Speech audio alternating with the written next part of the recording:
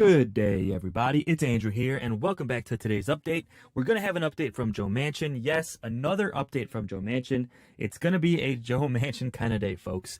So this video is titled Checks for Seniors. And if you've been following my channel, at this point you know that we're talking about the stimulus check that Bernie Sanders wants to include in this next stimulus package, which is going to be anywhere between $800, $1,000, or $1,400. Now, why are we talking so much about Joe Manchin? Well, if you watched my previous video today, you know that inflation came up historically high, the highest it's been in 30 years. And not only is this making things more difficult for seniors as far as raising prices of things you buy on a daily basis, like food and gas, not to mention rent, it's also making Democrats become even more divided in regards to whether or not to include stimulus checks in this package, and I'll explain why. Obviously, there's the argument that if things are getting more expensive, seniors need this check even more. And that is what progressives like Bernie Sanders are saying. So we have an even stronger push from Democrats to include a stimulus check for seniors in this stimulus package. Then we have Joe Manchin, who says, because inflation is so high, the government needs to spend less to try and control inflation. And he's indirectly saying that we should not do more stimulus checks. Well, if you watched my previous video, you know that I strongly disagree with this argument. And at this point, you know that the point of my channel is to be a voice for seniors and to be a voice for those who are disabled, to make sure that our country can no longer ignore the people that put them in the White House. President Biden promised to increase benefits across the board, and my job on this channel is to be a voice for you to make sure that we hold President Biden to his promises. Now, Joe Manchin obviously is on the opposite end of this spectrum, and he is someone that we've become really frustrated with. But it's really important that we take the time to actually listen to Joe Manchin and see what he has to say. Because the more informed we are with the opposition's arguments, the better we can argue against that to make sure we get stimulus checks done. Now, I know it's difficult to listen to people who oppose stimulus, but I think it really is important that we take the time to listen to Joe Manchin, see what he has to say. That way we can take a look and say, you know what, these are his reasons, and this is how we can work with him, right? Because these are the things that President Biden and Bernie Sanders are taking into account. They listen to Joe Manchin, and they try and find a compromise where they can meet in the middle. So although it might be difficult to listen to for everybody who watches my videos, I think it's really important that we listen to this message from Joe Manchin and see exactly what he had to say. If anything, just so we're more informed as to exactly where he's coming from, which might make it easier to compromise and bring us closer to a deal. Now, a couple of arguments he brings up in this video is, of course, inflation, and he wants to see whether or not inflation will slow down before they approve the stimulus package. Basically, what he's been saying for a while now is take a pause and see what happens with inflation. The problem with that is Democrats don't have a ton of time. First of all, it's really important that they get the stimulus package done before December 3rd, when the debt ceiling crisis is going to happen once again. And secondly, really, it's looking like Democrats are going to lose seats in both the House and the Senate in 2022. So we really only have about a year left to approve as much stimulus as possible, right? So time really is not on Democrats' side. So this narrative of taking time is really frustrating when it comes to Joe Manchin, because quite frankly, we don't have time. Not to mention the fact that seniors and those who are disabled have been taking way too much time waiting for these stimulus checks to begin with. So guys, with that said, I think it's really important that you take a listen and see what Joe Manchin had to say. So stick around for a few minutes, hear Joe Manchin's message, and let me know your thoughts in the comments below. Republicans react. Let's talk about all of this with the man in the middle of the tax and spending debate and all the legislation here, West Virginia Democratic Senator Joe Manchin. Senator, thanks for joining us. Good to be with you, Brad. How did you see that election? You hear how Republicans see it. How did you see it? I just saw it to confirm that we have a divided country. When you think of two blue states, or one state, Virginia's been leaning blue and been fairly blue for 10 years. Georgia's always been historically blue. And to see what had happened and how close and how divided. Can you imagine 2.2 million votes in New Jersey and 100 or 200 vote separation, how close it was in Virginia?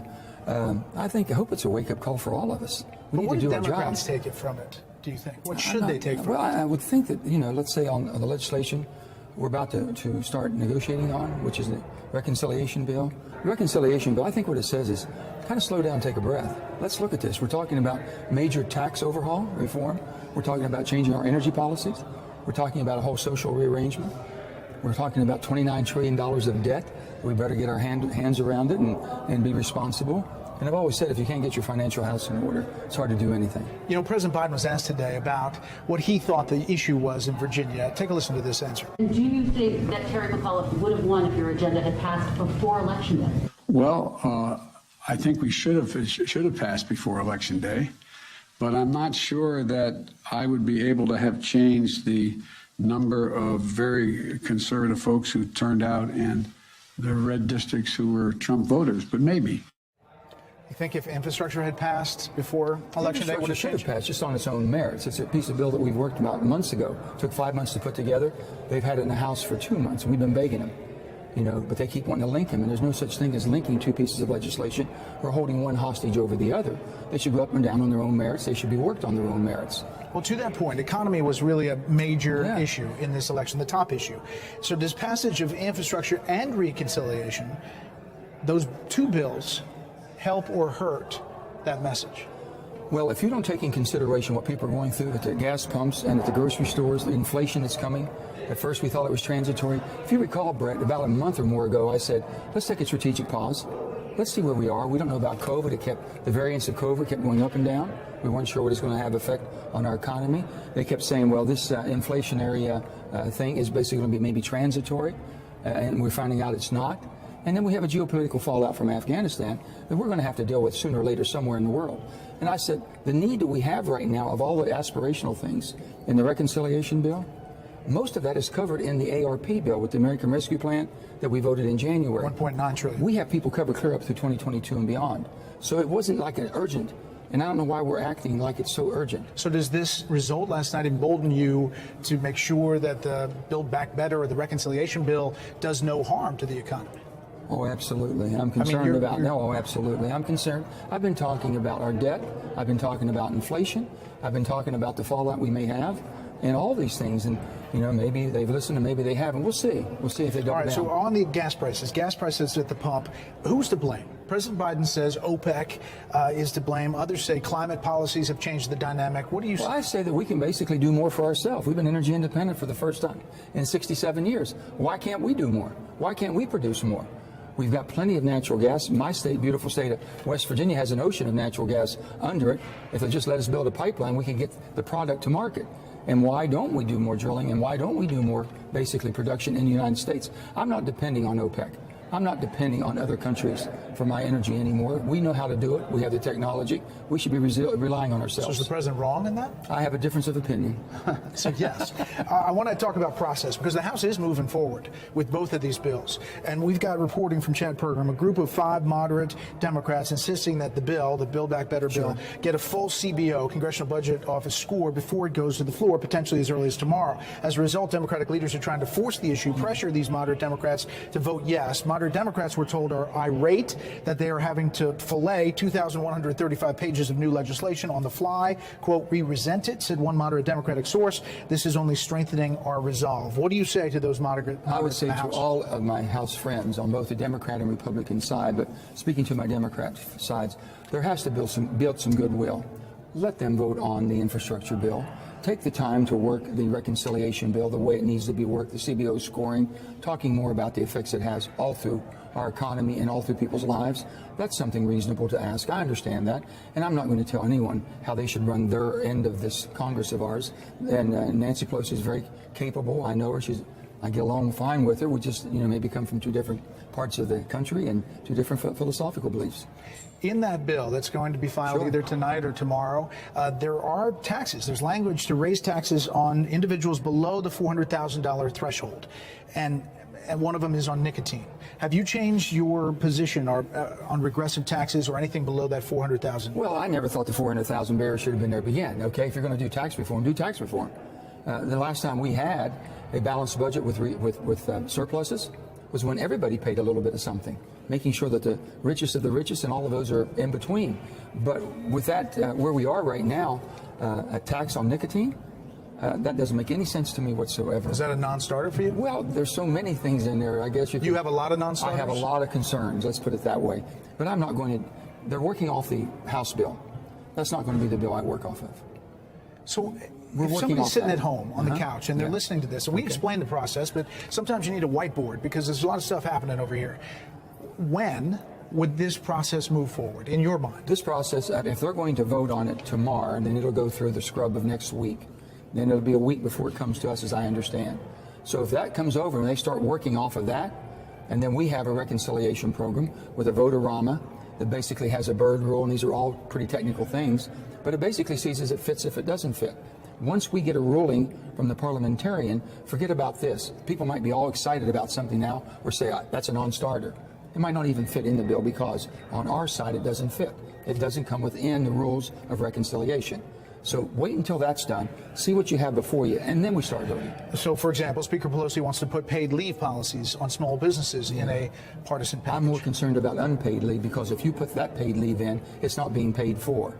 I'm all for paid leave, and I believe that people should have the But you ability. think it should be done separately? Separately, completely separately, because we can do this in a bipartisan way. Brett, anything that we do in a bipartisan way is lasting. It stays. And this is something where both the employer and employees can participate, people can build up their credits, and use their time as they desire. What about anything that deals with immigration, legal status? Now, I understand you're talking about what the parliamentarian's going to rule, Sure. but Senator Menendez said, listen, we're going to take no doesn't work for us. We're going to plow forward on this thing. Well, I'm not going to vote to overrule the parliamentarian. I've always said they call that the bird rule. Yeah. And that's when you go outside the Robert Byrd from West Virginia. the seat I sit in right now. And I'm not going to do that. They all know that. If the parliamentarian rules on something, if the people that have been here working are allowed to continue to work and help our economy and help their family, but help all of us, we all benefit from it. I'm not for basically. Let's just take the parliamentarian out of it and say, two more questions. Sure. One is you've had people out to your houseboat. You've had people following you around. You've had progressives, protesting you. Cory Bush says Joe Manchin's opposition to Build Back Better Act is anti-black, anti-child, anti-woman, anti-immigrant. When we talk about transformative change, we are talking about a bill that will benefit black, brown, and indigenous communities. Your response to Congresswoman? I would just say the Congresswoman doesn't know me. She doesn't know me. And happy to talk to her. I think maybe she'll have a different opinion. Go home to West Virginia and ask people. I think you'll get a different opinion. This is a shame when we start this war of words. I'm not going to speak ill about any of my congressional friends and colleagues on the House side or the Senate side. We can have a difference of opinion. The rhetoric around here has gotten so harsh and so toxic that you can't agree to disagree anymore. You can't sit down and say, okay, I disagree with you, Brett. And you're going to say, okay, Joe, do we agree on the same problem? I said, yeah, let's start working. Tell me what you think you would fix it.